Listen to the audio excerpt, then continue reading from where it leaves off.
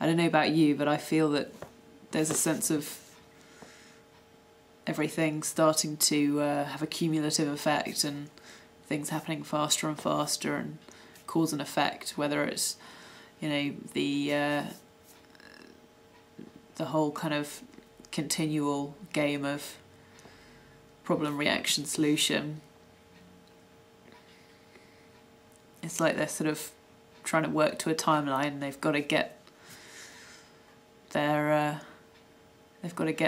chess pieces into the right sort of strategic places so that they can win their game.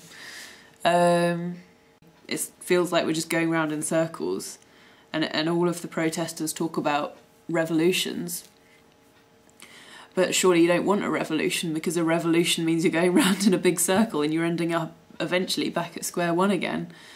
So I think more than a revolution, we need a sort of an evolution, because instead of going round we need to go forwards, but sometimes to go forwards we need to go back, if that makes sense. Because we've sort of lost touch with our roots, and we've lost touch with what it means to be a community, and what it means to be a neighbour, and what it means to be a family, and what it means to be a human. You know, we are losing our sort of humanity and our sort of spiritual side of our life, and it's not about saying that capitalism is in crisis, because it's not capitalism that's in crisis. It's the whole system. It's everything from beginning to end, top to bottom, and simply trying to pigeonhole it into one neat little box isn't going to solve anything. But obviously the problem is that one person's idea of a utopia is another person's idea of a dystopia and a nightmare.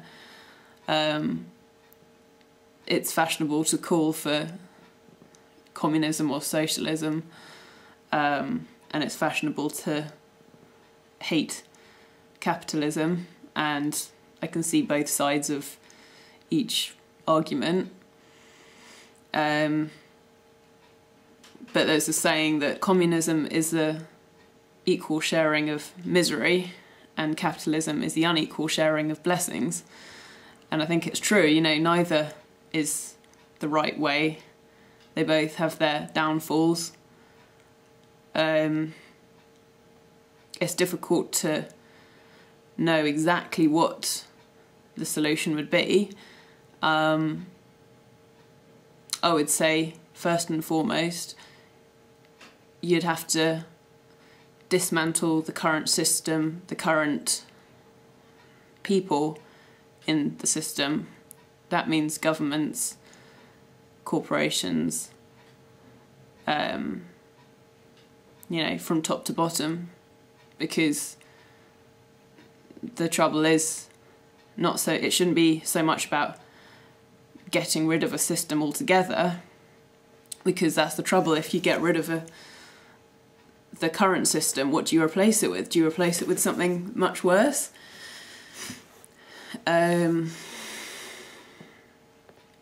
People need to be careful what they call for change.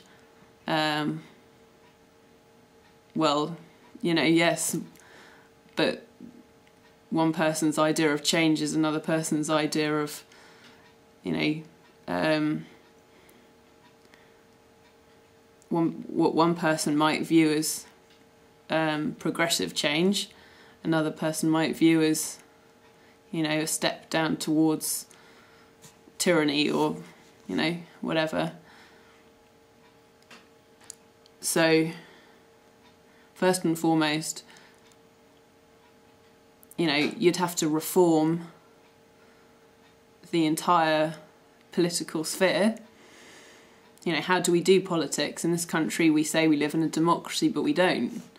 because the only people that get into power are they have to be one of the three main parties, so they're already polarised into left, right or liberal. B, you have to have money behind you, which is why most of them end up being millionaires. So that means you're being run by people who are massively out of touch with the normal working people of the country. So I would say if you're going to have a proper democratic process, proper democracy, then you'd have to a certain extent, ensure that money plays no part in it. Get rid of money altogether within the whole process of politics and voting. You know, someone that is a good leader, someone who is gonna lead the country well or do well for the country or for the government, and for the people, should be able to be popular based on their own merit, not on the fact that they're backed by, you know, their own millions in the bank, or whether they're backed by whatever private interests. You know, you would have to get rid of pretty much everyone that's already in Parliament, pretty much all the MPs, start again from scratch. I mean, when I think of the MPs that represents me, I've never had it. He's never come to my front door to ask me what I think. I've tried contacting him. He's pretty impossible to get hold of. He doesn't represent me in any way, shape or form. You know, the only time I've ever had a MP or a prospective MP or a politician knock on my door was actually in Australia, and I don't even, you know, I couldn't even vote there. So that was kind of ironic. You know, I had to say I'm really sorry, but you know, thanks for knocking at my door. It's nice to talk to you. It's nice that you're, you know, genuinely interested in talking to your constituents, but I can't vote because I'm not Australian. Unfortunately, I wish I was. Yeah, no, I mean, the politicians in this country are just, they do not represent their constituents. They do not represent the people. They are too caught up in their own interests, with their own careers. And then we saw recently with the whole situation in Parliament, all the MPs voting to not have a referendum on the EU, on EU membership. I mean, it's just shows how treasonous and undemocratic the vast majority of our parliament is, because a referendum is about democracy. A referendum is about giving the people of this country a say, and yeah, a referendum is about giving the referendum is the ultimate form of democracy, because it's giving the British people a say on some. I mean, the last vote on the EU was in the 70s. I wasn't born then, and it wasn't even to do with a federal EU superstate. It was to do with a free trade agreement, and since then they've just railroaded their way through our sort of sovereignty, and successive governments have just sold more and more of our powers away to Brussels. So we've never been given a say, and it's absolutely treasonous that David Cameron went out and said, you know, David Cameron promised a referendum. Everyone unfortunately, I mean, I could see through it. It's, you know, how obvious was it that he was a total con man, and that he was never going to follow through with this.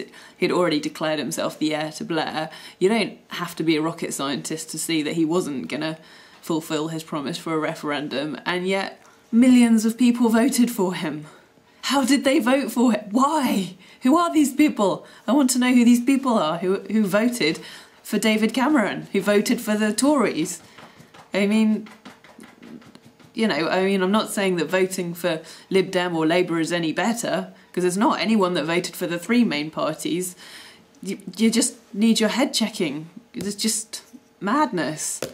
I mean, we're just going to keep going round and round and round and round and being fed the same lies and the same lies and the same spin and the same PR and the same total bullshit every time people just keep voting all the three main parties in. And I'm not saying that it's about relying on politics, because I think that one of the things that,